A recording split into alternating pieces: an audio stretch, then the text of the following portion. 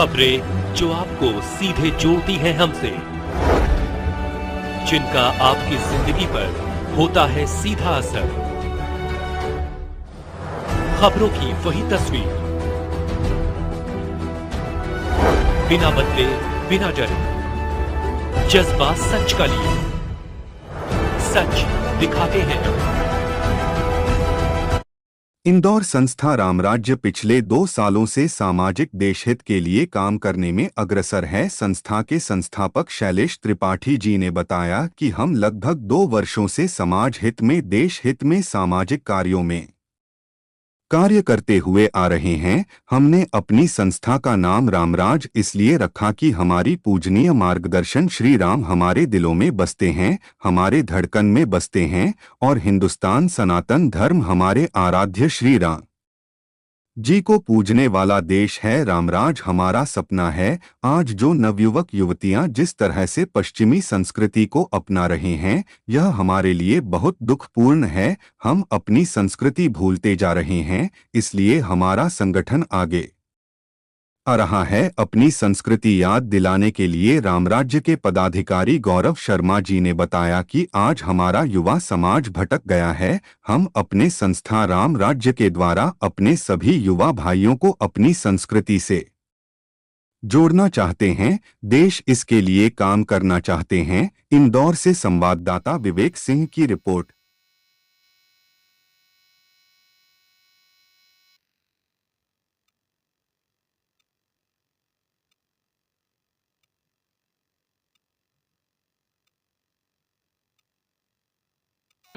जी भाई साहब, बताएं संस्था रामराज के बारे में। संस्था रामराज देखिए एक संस्था नहीं है, ये एक साम्राज्य है जो कहीं ना कहीं मेरे ख्याल से सैकड़ों हजारों वर्ष पहले जो प्रथाएं, जो आचार विचार, जो संस्कृति जो धूमिल होती जा रही थी, उसको पुनः उदय करने के लिए ये संस्था का शुभारंभ आदरणीय गौरव जी, आदरणीय पुष्पेन जी के माध्यम से इस चीज़ों का शुभारंभ हो रहा है। इसमें इस संस्था के द्वारा आप लोगों तक क्या संदेश देना चाह रहे हैं? आज का मामला जो है ना बड़ा गंभीर होता जा रहा है, बड़ा ही गंभीर होता जा रहा है।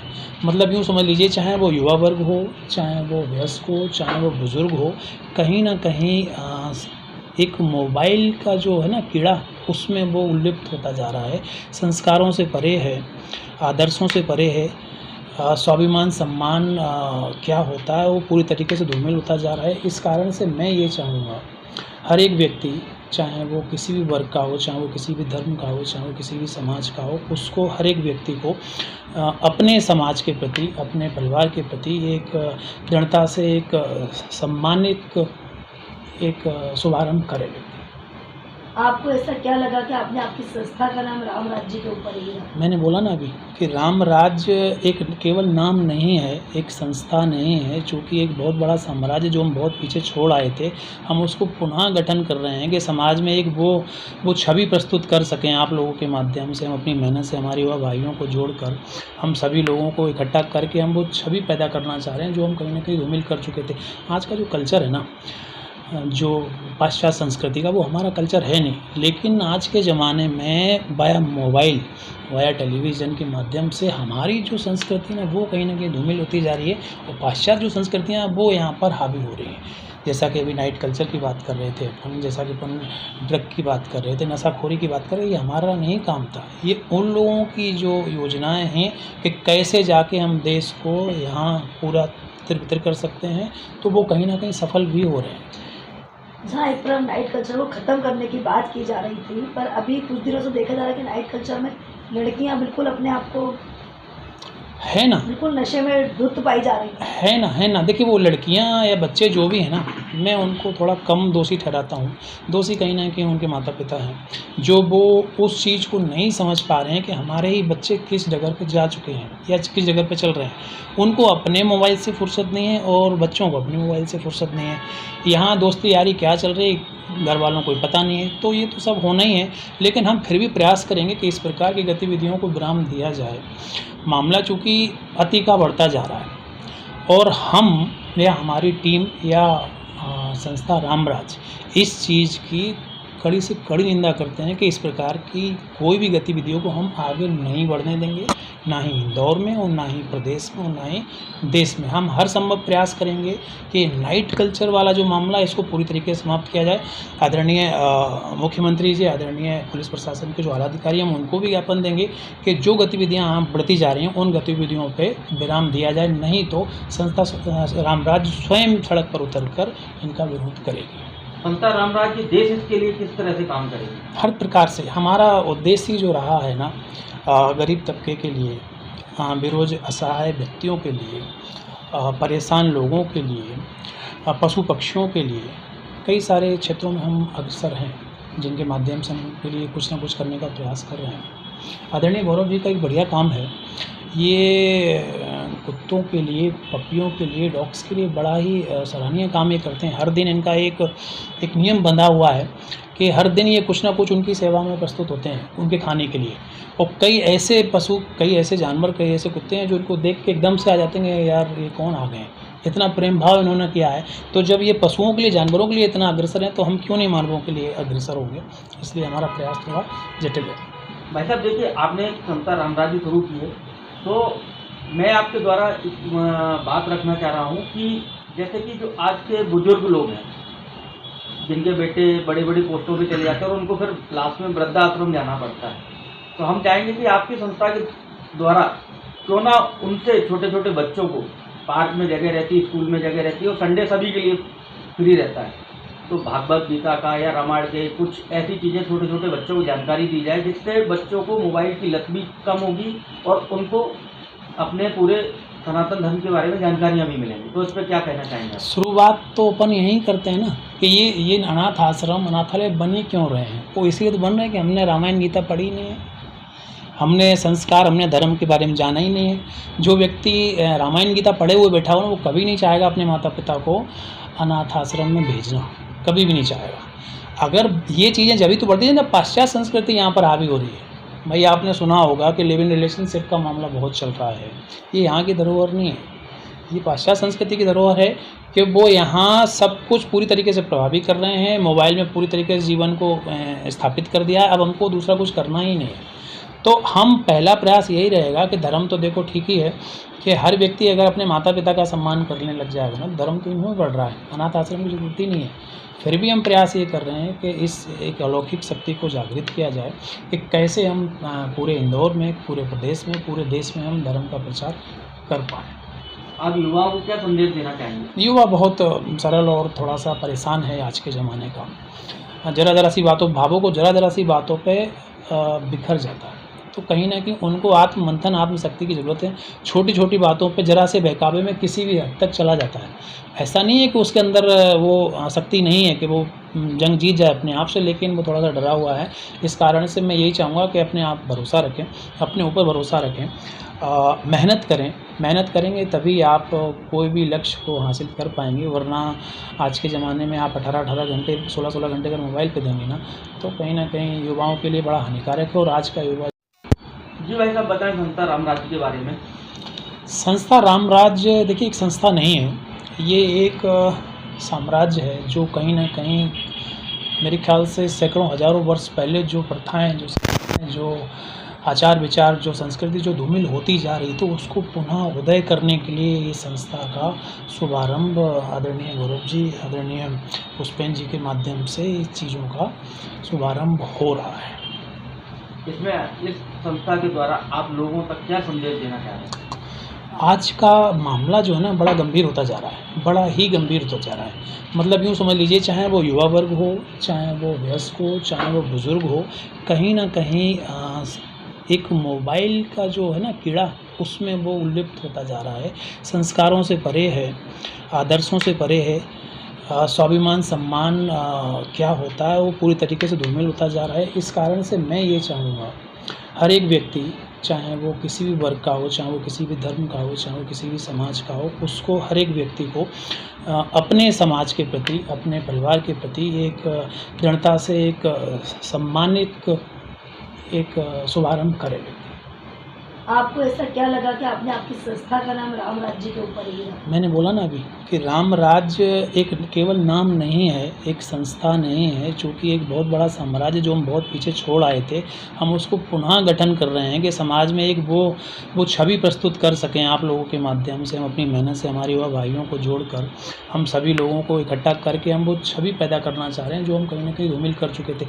आज का जो कल्चर है ना, जो पाश्चात्य संस्कृति का, वो हमारा कल्चर है नहीं, लेकिन आज के ज़माने में वाया मोबाइल, वाया टेलीविज़न के माध्यम से हमारी जो संस्कृति है वो कहीं ना कहीं धूमिल होती जा रही है और पाश्चात्य जो संस्कृतियाँ वो यहाँ पर हावी हो रही हैं। जैसा कि अभी नाइट कल्चर की बात कर रहे थे अपन, जैसा कि अपन ड्रग की बात कर रहे थे, नशाखोरी की बात कर रहे थे, ये हमारा नहीं काम था। ये उन लोगों की जो योजनाएँ हैं कि कैसे जाके हम देश को यहाँ पूरा तितर-बितर कर सकते हैं, तो वो कहीं ना कहीं सफल भी हो रहे हैं। जहाँ एक तरफ नाइट कल्चर को ख़त्म करने की बात की जा रही थी, पर अभी कुछ दिनों से देखा जा रहा है कि नाइट कल्चर में लड़कियां बिल्कुल अपने आप को है ना, बिल्कुल नशे में धुत पाई जा रही हैं। है ना। देखिए, वो लड़कियां या बच्चे जो भी हैं ना, मैं उनको थोड़ा कम दोषी ठहराता हूँ।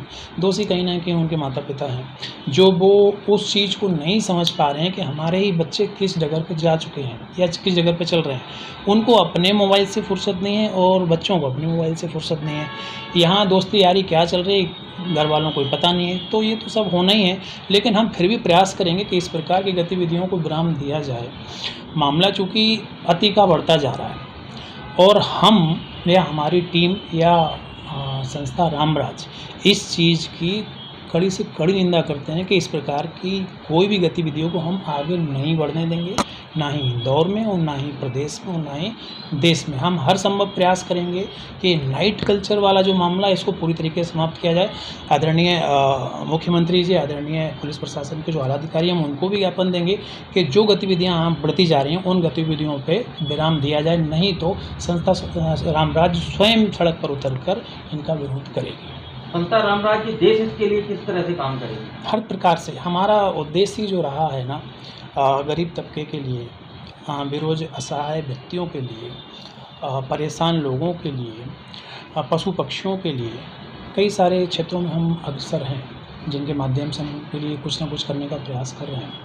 आदरणीय गौरव जी का एक बढ़िया काम है ये, कुत्तों के लिए, पपियों के लिए, डॉग्स के लिए बड़ा ही सराहनीय काम ये करते हैं। हर दिन इनका एक नियम बंधा हुआ है कि हर दिन ये कुछ ना कुछ उनकी सेवा में प्रस्तुत होते हैं उनके खाने के लिए।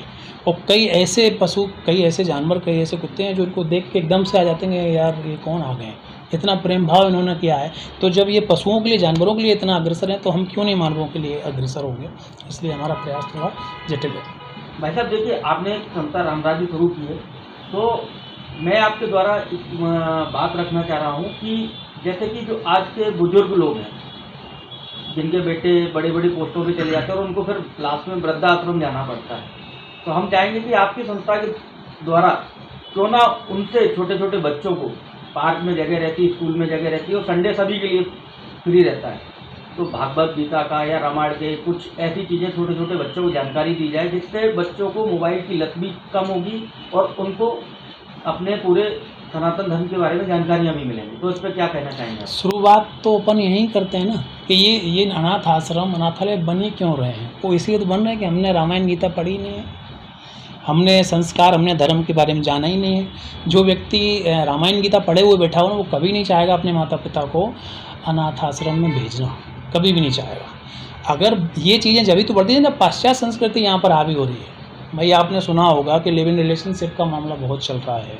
ये यहाँ की धरोहर नहीं है, ये पाश्चात्य संस्कृति की धरोहर है कि वो यहाँ सब कुछ पूरी तरीके से प्रभावित कर रहे हैं। मोबाइल में पूरी तरीके से जीवन को स्थापित कर दिया है, अब हमको दूसरा कुछ करना ही नहीं है।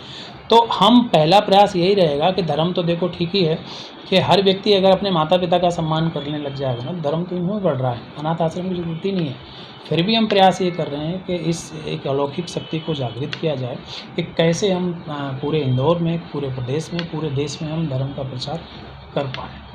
आप युवाओं को क्या संदेश देना चाहेंगे? युवा बहुत सरल और थोड़ा सा परेशान है आज के ज़माने का। जरा सी बातों, भावों को जरा सी बातों पे बिखर जाता है। तो कहीं न कहीं उनको आत्ममंथन, आत्मशक्ति की ज़रूरत है। छोटी-छोटी बातों पे ज़रा से बहकावे में किसी भी हद तक चला जाता है। ऐसा नहीं है कि उसके अंदर वो शक्ति नहीं है कि वो जंग जीत जाए अपने आप से, लेकिन वो थोड़ा-सा डरा हुआ है। इस कारण से मैं यही चाहूँगा कि अपने आप भरोसा रखें, अपने ऊपर भरोसा रखें।